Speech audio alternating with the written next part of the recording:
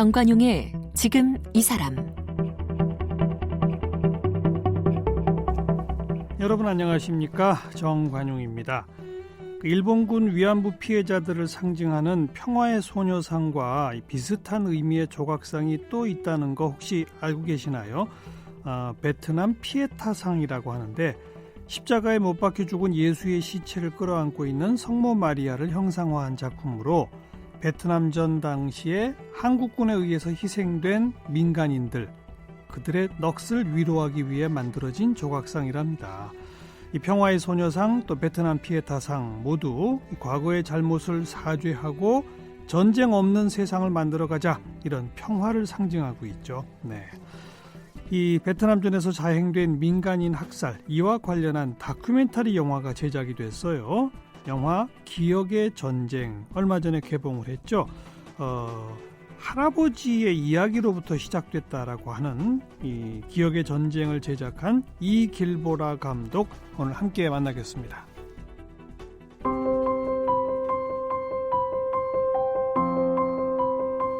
이길보라 감독은 고등학교를 그만두고 베트남, 인도, 네팔, 타이 등 동남아시아 8개국을 여행했습니다. 귀국한 후에는 8개월간의 여정을 기록한 책 길은 학교다를 출간했고 다큐멘터리 로드스쿨러를 제작했습니다. 2009년 한국예술종합학교 영상원에 입학해 영화 공부를 했습니다. 2014년 청각장애 부모 밑에서 성장한 자전적 이야기를 다큐멘터리 반짝이는 박수소리로 제작했습니다. 2017년에는 크라우드 펀딩을 받아 네덜란드 필름 아카데미로 유학을 갔고 영화학으로 석사학위를 받았습니다. 베트남 전쟁에서 벌어진 비극을 기록한 영화 기억의 전쟁은 이길보라 감독의 두 번째 장편 영화입니다. 네, 기억의 전쟁을 만든 이길보라 감독 나오셨습니다. 어서 오세요. 네, 안녕하세요. 네, 방금 이길보라 감독 프로필 소개하는 나레이션을 쭉 듣다 보니까 사연이 참 많은 분이네요. 젊으신 분인데, 그죠? 네. 그러게요. 크라우드 펀딩으로 두 번, 한 번은 여행, 한 번은 유학도 갔다 오시고, 네. 부모님이 청각장애이시고, 네. 등등등등 스토리가 궁금한 게 많아요. 네. 그 얘기는 천천히 듣도록 하고, 기억의 전쟁, 어떤 영화입니까? 네, 기억의 전쟁은 이제 베트남 전쟁 당시에 있었던 한국군에 의한 민간인 학살에 대한 서로 다른 기억을 다루고 있는 다큐멘터리 영화고요. 네, 말 그대로 정말 기억의 전쟁을 하고 있는 수많은 주체들에 관한 이야기입니다. 네, 제가 처음 시작할 때 소개했습니다만 할아버지 이야기에서 모티브가 생겼다고요? 네, 저희 할아버지가 이제 월남에 참전했던 군인이시고 이제 스스로를 월남 참전 용사라고 부르셨어요. 예. 네, 그래서 그 할아버지의 기억이 저한테는 있었고요. 이제 할아버지가 굉장히 자기 자신을 자랑스러워하셨고, 네. 이제 할아버지 집에 가면 늘 어떤 고엽제 후유증으로 받은 어떤 훈장과 표창장 같은 것들이 이제 자랑스럽게 걸려져 있었는데. 근데 제가 이제 20대 초반이 돼서 베트남전에 대해서 들었을 때 한국군에 의한 민간인 학살이 있었다라는 것들을 듣게 되었고, 네. 이 기억과 저 기억은 왜 이렇게 다르지? 라는 생각이 들어서 이제 이 영화를 시작하게 되었죠. 혹시 할아버지한테 무슨 구체적인 그런 얘기를 듣거나 한 건 없어요? 저희 할아버지가 제가 이제 20대 초반에 이제 고엽제 후유증으로 여러 차례 그 암투병을 하다가 수술하다 돌아가셨어요. 아이고. 그래서 할아버지에게 어떤 참전에 관해서 어떤 이야기를 많이 듣거나 한 적은 없었습니다. 민간인 학살 이런 거에 대한 얘기를 나눠본 바도 없고. 네, 그것에 대해서 제가 알기 전에 할아버지가 돌아가셨기 때문에. 알겠어요. 근데 어쨌든 무척 자랑스러워하던 할아버지의 모습과 네. 또 알게 된 민간인 학살의 모습, 이 사이에서 궁금증이 생기기 시작했다. 네, 그쵸. 그래서요. 언제부터 준비해서 어떻게 영화를 만들었나요? 그래서 이제 2015년부터 영화 제작을 시작했고요. 그래서 2015년에 이제 베트남에 방문해서 실제로 이제 베트남의 평화기행을 통해서 이제 그곳에서 이제 학살에서 살아남은 사람들의 이야기를 전해 듣는 네. 그런 기회를 통해서 이제 영화에 등장하는 주인공인 응우엔 티탄 탄아주머니를 처음 만나게 됐고요. 예. 네, 탄아주머니를 처음 만났을 때 아주머니 네. 이름이 탄? 네, 성함이 탄이세요. 예. 탄 아주머니를 처음 만났을 때 이제 탄 아주머니가 제가 이제 한국에서 온 사람임을 알고도 그리고 제가 참전군인의 손녀임을 알고도 탄아주머니가 저희한테 제일 먼저 하신 말씀은 따뜻한 밥 한 술 뜨고 가. 와서 자고 가. 였거든요. 근데 저는 자기 사실 집에서. 네. 저는 사실은 그 말이 굉장히 저는 그때 당시에 죄책감 혹은 부채감 같은 거를 가지고 있었고 어떻게 탄아주머니는 저렇게 말씀하시지? 라는 생각이 들어서 분명 저기에 뭔가가 있다. 저기에서 뭔가 우리가 배울 게 있다. 라는 생각이 들어서 이제 영화를 시작하게 됐죠. 그 탄아주머니의 사연을 좀 우선 소개해 주세요. 그분은 어떤 일을 당하신 분이에요? 그 베트남전 당시에? 네, 응우엔 티탄의 경우는 이제 베트남 당시에 이제 폭리폭넛 마을이라는 곳에서 이제 한국군이 그 마을은 어디쯤에 있는 거죠? 대도시로 옆에 치면? 그 베트남 중부에 이제 다낭에서 한 2-30분 정도 택시를 타고 들어가면 다낭 옆에? 네, 다낭이라는 이제 네, 알고 있죠. 네, 한국 사람들이 요새 많이 가는 관광지이기도 한데요. 예. 거기서 이제 2-30분 정도 택시를 타고 들어가면 있는 이제 폭리폭넛 마을이라는 곳이 있어요. 이제 거기서 이제 학살 당시에 한국군이 이제 마을로 쳐들어와서 마을 사람들을 죽였었고 그때 당시에 이제 어머니를 잃고 그리고 이제 여동생과 언니를 잃고 오빠와 함께 살아남았던 그리고 자기도 실제로 이제 창자에 이제 총상을 입어가지고 그 안에서 이제 창자가 튀어나오고 그러는 와중에 이제 엄마를 찾다가 결국 엄마를 찾지 못하고 정신을 잃었던 기억을 가지고 있는 본인도 부상을 당했군요. 그러니까. 그렇죠. 엄청 큰 부상을 당했고요. 몇 살 때인데요, 그때가? 그때 탄아주머니가 제가 정확하게 기억은 안 나는데 6, 7살 때로 기억하고 있어요. 아니 6, 7밖에 안 먹은 소녀가 총상을 입었단 말이에요. 네, 그때 당시에 그리고 오빠도 사실은 이제 걷지 못할 정도로 엉덩이 부분에 큰 어떤 총상을 받았었고 그래서 이제 오빠를 두고 엄마를 찾아서 걸어갔던 기억을 가지고 계세요. 오빠도 뭐 몇 살 안 먹었었을 거 아니에요? 네, 오빠도 몇 살이었는지 제가 정확히 기억을 못 하겠는데 오빠도 이제 얼마 차이가 안 났던 걸로 기억해요. 그런 어린 아이들한테까지도 무차별 발포를 했다? 그렇죠. 그 당시에 그 학살 당시에 정말 수많은 어떤 할머니, 할아버지들 그리고 어린아이들이 실제로 학살을 많이 당했었고요. 그 마을에 이제 묘비나 위령비 같은 것들이 있는데 그 위령비에 가면 실제로 이제 출생 연도가 같이 적혀 있어요. 예. 그 연도를 보면은 굉장히 이제 다양한 연령대, 특히 이제 할머니, 할아버지 그리고 정말 아이들이 그때 당시에 학살을 많이 당했었죠.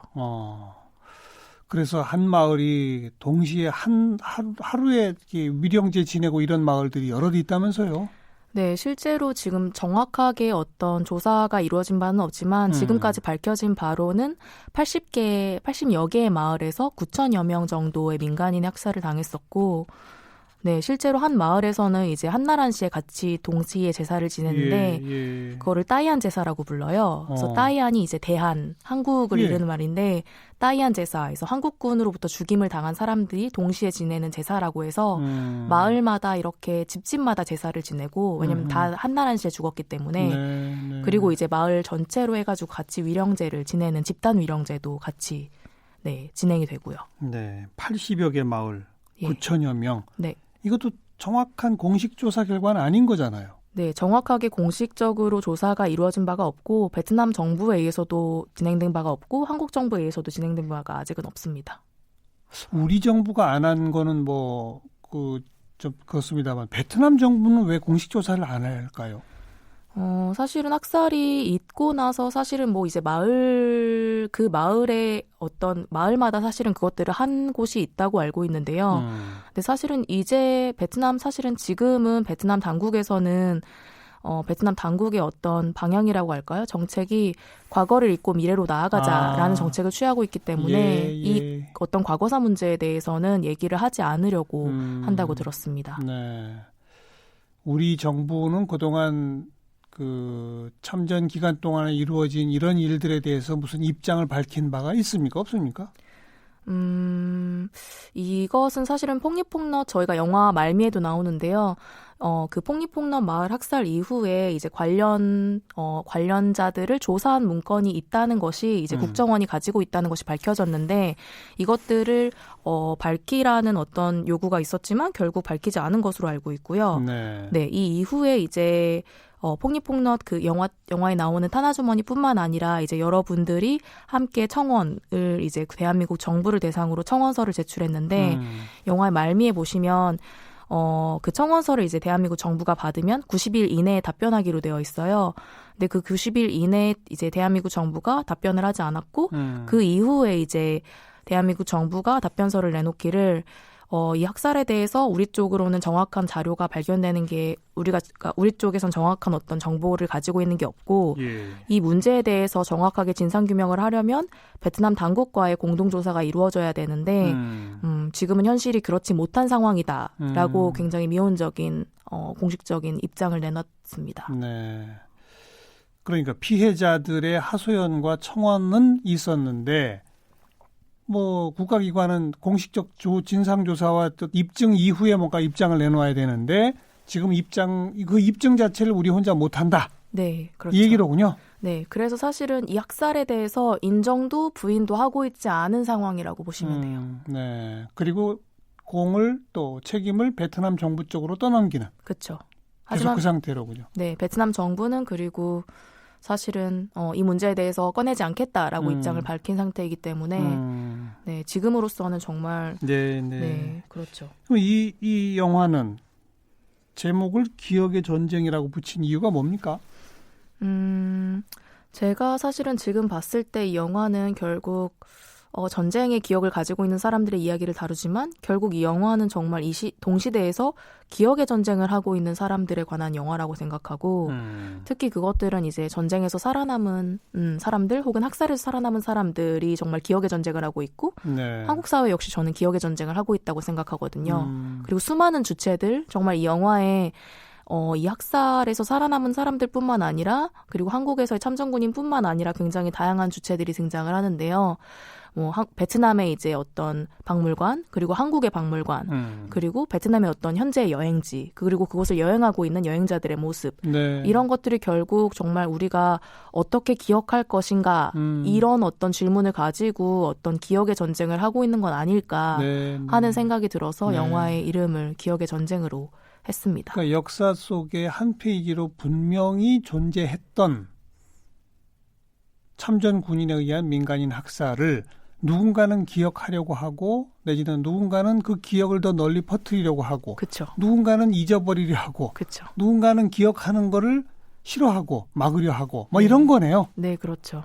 그러면 다양한 그 모습들이 다큐멘터리 안에 담겨 있는 그런 겁니까? 네, 그래서 이 영화의 수많은 주체들이 어떤 그 기억의 모습, 기억의 태도들을 보여주는데 네, 결국 이제 영화를 관객들이 보시면서 정말 어떻게 기억할 것인지, 그럼 나는 어떻게 기억해야 되는지 어떤 질문을 가지고 돌아갔으면 좋겠다.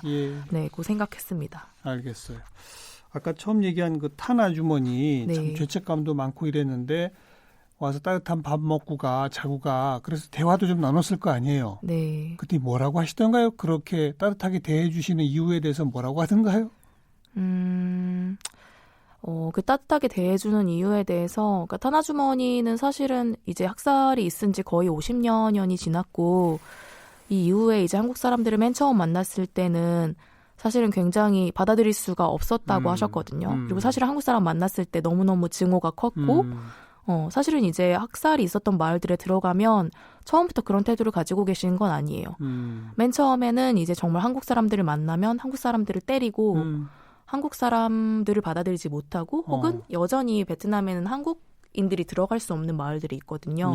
그래서 실제로 학살 이후에 증오비를 사람들이 돈을 모아서 세워요. 그래서 증오비가 사실은 나중에 사람들이 찾아오고 세월이 지나고 정확하게 사과를 하면서, 그러니까 조금씩 사과를 하면서 증오비에서 이제 위령비로 이제 이름이 바뀌고 혹은 새로운 이제 비를 세우거든요. 네, 탄 아주머니 같은 경우 사실 처음에는 굉장히 분노를 많이 하시고 굉장히 화를 많이 내셨는데 그러니까 아무래도 저희가 영화를 만드는 주체들이 이 학살과는 조금 더 떨어져 있는, 그러니까 정말 영화를 만들 땐 저희가 20대 여성이었거든요. 제작진들 모두가.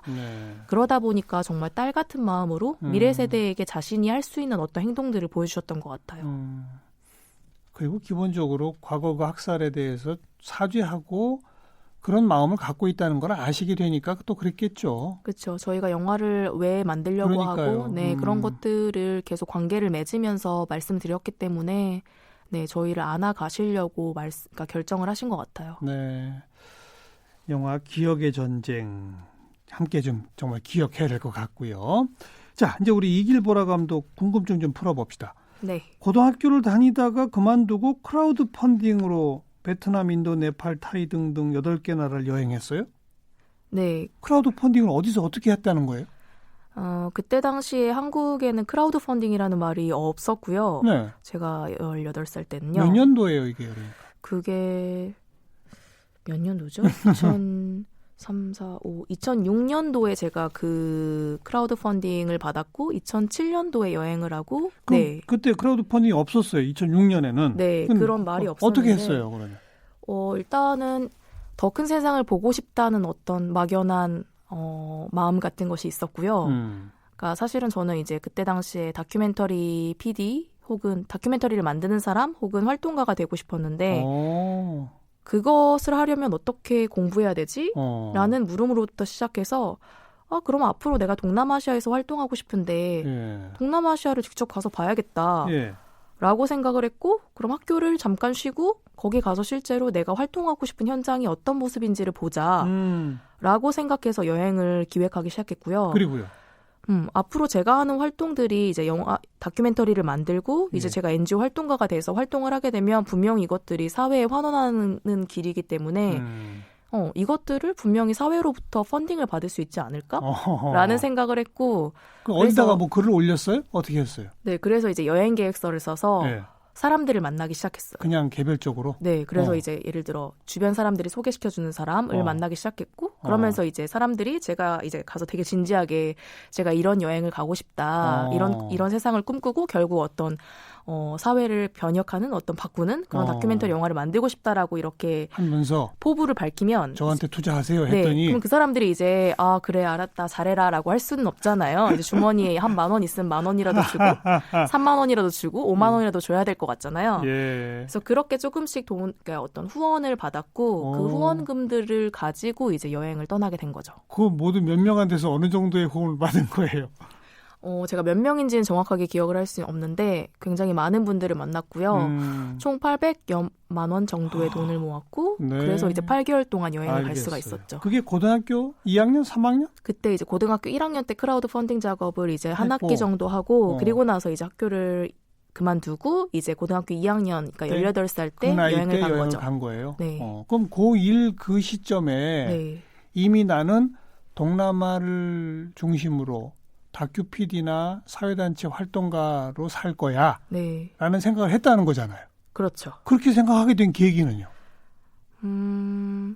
일단 그 시기에 그런 어떤 책들을 많이 읽었었던 것 같고요. 그리고 또 동시에 다른 문화에 대한 어떤 관심 같은 것들이 굉장히 많았어요. 저희 어머니 아버지가 이제 수어를 사용하는 농인이시다 보니까 청각장애 농인이시다 보니까 확실히 어떤 다른 문화를 가지고 있는 사람, 다른 세상에 살고 있는 사람들에 대한 어떤 이질감 같은 게 없었던 것 같고 흥미가 있었고. 근데 그 다른 세상도 많잖아요. 미국도 있고 유럽도 있고. 그렇죠. 유독 동남아시아였던 이유는? 글쎄요. 저 같은 경우는 이제 어렸을 때 인도를 한번 다녀와 본 적이 있는데 아무래도 그래서 그런지 이제 동남아시아에 더 많이 어떤 마음들이 갔던 것 같아요. 네. 그래서 8개 나라를 여행한 기록을 책으로 기른 학교다를 편찬했고 다큐멘터리 로드 스쿨러도 제작을 했고. 네. 그럼 그 여행하면서 계속 캠코더를 들고 다니며 찍은 거네요. 다큐멘터리 로드스쿨러 같은 경우는 제가 여행을 끝나고 나서 제 자신을 이제 길에서 배우는 로드스쿨러다라고 명명하면서 제 주변에 이제 정말 길에서 학교 밖에서 공부하고 있는 친구들을 같이 촬영을 했던 프로젝트고요. 이거는 여행이 끝나고 나서 한국에서 진행한 프로젝트예요. 그럼 로드스쿨러는 동남아를 찍은 게 아니군요. 네. 한국에서 이제 정말 학교 밖에서 자기주도적으로 학습하는 친구들을 찍은 영화예요. 대한민국 청소년 미디어 대전 관객상 대전 독립영화제 장려상 수상이 로드스쿨러고. 네. 그다음에 이제 본격적으로 2009년에 한예종 영상원에 입학해서 영화 공부를 했네요. 네. 그 전에는 체계적으로 영화 공부한 적이 없었고. 네, 그렇죠. 없는 채로 그냥 다큐멘터리 하나 만드셨던 거고. 네, 그래서 사실은 카메라를 켜고 끄는 것밖에 몰랐는데 그래서 카메라를 막 중간에 부숴먹기도 하고 그랬었는데 정말 영화 제작이 쉽지만은 않구나라는 거를 뼈저리게 겪었던 제작이었죠. 네. 그리고 아까도 소개했지만 어머님, 아버님 두 분 다 청각장애 네.이십니까? 네. 보통 청각장애 집안의 자녀들은 말을 어떻게 배워요? 엄마 아빠한테서 처음 말을 배우는데요. 엄마 아빠의 말이 수어였기 때문에 저는 수어를 제일 먼저 배운 거고요. 예.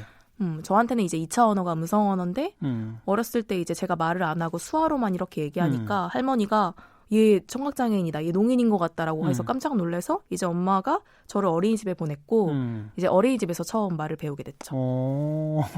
남들보다는 좀 늦게 말을 배운 셈이네요. 제가 이제 어린이집에서는 말이 꼴찌였다고 엄마가 말씀해 주셨어요. 그렇겠네요. 그 부모님의 이야기를 다룬 반짝이는 박수 소리. 이 수어로 두 손을 머리 위로 들고 이렇게 돌리면은 그게 박수죠?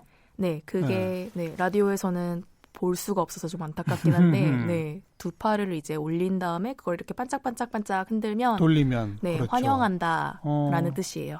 환영한다? 환영한다라는 뜻과 또 이제 여기 보세요. 그러니까 정말 박수랑 같은 의미. 저희가 이제 어디 보세요 할 때 박수를 치기도 하잖아요. 네. 그리고 누구를 환영할 때 박수를 치기도 하고요. 예. 네, 그것과 같은 의미라고 보시면 돼요. 이 영화는 어떤 내용입니까? 네, 이 영화는 이제 자전적 다큐멘터리로서 이제 저의 시선으로 이제 농사회와 청사회, 그러니까 청각장애인을 농인이라고 부르는데 농의 사회와 그리고 청의 사회, 입으로 말하는 사람들을 청인이라고 하는데요. 농사회와 청사회 두 가지를 경험했던 감독의 시선으로 이제 저희 엄마 아빠의 반짝이는 세상으로 이제 청인 여러분들을 반짝반짝 환영한다는 내용입니다. 주인공이 그러면 부모님이에요? 네, 부모님과 저와 제 동생이 주인공으로 등장하는 영화입니다.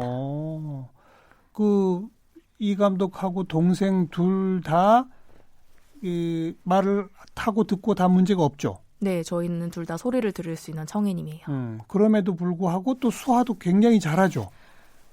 굉장히 잘하지는 않지만 네, 그래도 하죠. 부모님들의 이 대외적 의사소통을 통역을 했다면서요? 네, 어렸을 때부터 정말 그냥 일상생활의 모든 통역은 제가 했었고요. 왜냐면 어렸을 때 그때 당시에는 어떤 수화통역 이런 체계 같은 것들이 잡혀져 있지 않아서 그냥 정말 어렸을 때부터 엄마 아빠가 은행에 가서 대출 받을 때 뭐 전화해서 이사갈 집에 전세와 월세 이런 거 물어볼 때 그러니까 그런 개념들을 몰랐을 때부터 계속 어렸을 때부터 통역을 해왔어요. 몇 살 때부터요? 엄마가 한 2-3살 때부터 통역을 했다고 하니까 그러니까 정말 어렸을 때부터 통역을 했었던 것 같아요. 그러네요. 자연스럽게. 그럼 진짜 꼬마가 전화를 들고 엄마는 손짓으로 하면 그걸 말을 알아듣고 그 집 월세가 얼마예요? 이렇게 물어보고 이랬단 말이에요? 네, 굉장히 민망한 상황들이 굉장히 많이 연출되곤 했었어요. 예를 들어 어떤?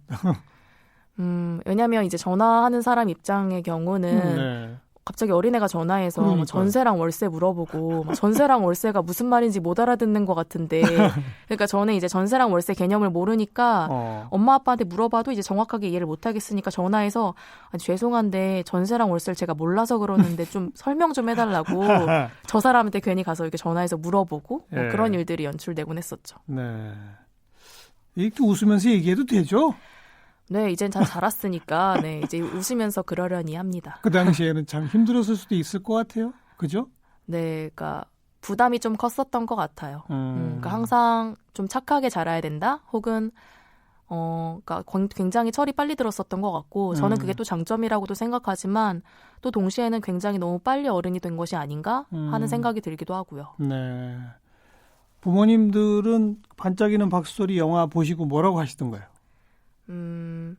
굉장히 좋아하셨고요. 그래서 굉장히 여러 차례 보셨는데 여러 가지 이유로 좋아하셨는데 첫 번째로는 자기들이 등장한다. 두 번째로는 딸이 만들었다. 세 번째로는 자기들이 이해할 수 있는 언어가 주인공인 주체인 영화가 드디어 세상에 나왔다. 그러니까 항상 이제 농인들 입장에서는 입으로 말하는 사람들 이야기를 듣고 보잖아요. 그러니까 들을 순 없죠. 보잖아요. 그러니까 항상 매체라든지 다 항상 청인들이 주인공이고 영화 역시 그렇고 그렇죠. 항상 자막이나 어떤 자막이 없으면 정말 분위기를 통해서 영화 내용을 파악해야 되는데 이 영화 같은 경우는 자기들이 주인공이고 또 수화로 이제 진행이 되다 보니까 굉장히 반가워하셨죠. 알겠어요. 그러다가 2017년에는 네덜란드 필름 아카데미로 유학 가서 석사 학위를 받아오셨는데 이것도 크라우드 펀딩으로 갔다 오셨나요? 네, 그렇죠. 네. 원래 배짱이 좋으세요? 네, 이건 역시 이번에 영화 유학을 준비할 때는 유학을 가고 싶은데 내가 어떤 개인의 어떤 사리사욕을 채우고 싶다는 어떤 그런 게 아니라 저한테는 질문이 있었어요. 예술가로서 계속 작업을 하고 싶은데 예술가로서 계속 작업을 하고 싶은데 어떻게 하면 작업의 어떤 지속 가능성을 찾을 수 있을까? 예술가로서의 삶의 지속 가능성을 찾을 수 있을까? 그렇죠. 이게 중요하죠. 네, 왜냐하면 저는 계속 작업을 하고 싶은데 그렇죠. 어떻게 작업을 지속해 나가야 되는지 모르겠는 거예요. 그래서 그 질문에 대한 답을 찾고 싶었고 그게 저한테는 네덜란드 필름 아카데미로의 유학이었는데 중요한 건 이제 한국 사회 혹은 한국 사회 바깥에서 이제 영화 유학 어떤 예술 전공이었을 때 찾을 수 있는 장학금이 거의 없었어요. 네네. 지원할 수 있는 것도 거의 없었고 그렇다면 나는 그냥 포기해야 되나? 우리 집에 돈이 없고 내가 돈이 없기 때문에 영화 유학은 갈 수가 없는 건가? 라는 생각이 들었고 왜 안 되지? 그러면은 격파해보자? 라는 생각이 들어서 크라우드 펀딩을 다시 한번 하게 됐죠. 네. 그러니까 나는 가서 영화 배워와서 더 훌륭한 다큐 영화나 사회 변화 노력을 하겠습니다. 이렇게 썼을 거 아니겠어요? 그죠? 네, 맞아요. 그랬더니 많은 분들이 호응하던가요? 실제로 그걸 했을 때 엄청 기대를 많이 하진 않았었거든요. 왜냐하면 사실 이거를 그냥 뻔뻔하게 한다는 행위 자체가 사실 정치적인 행동이라고 생각했고 네.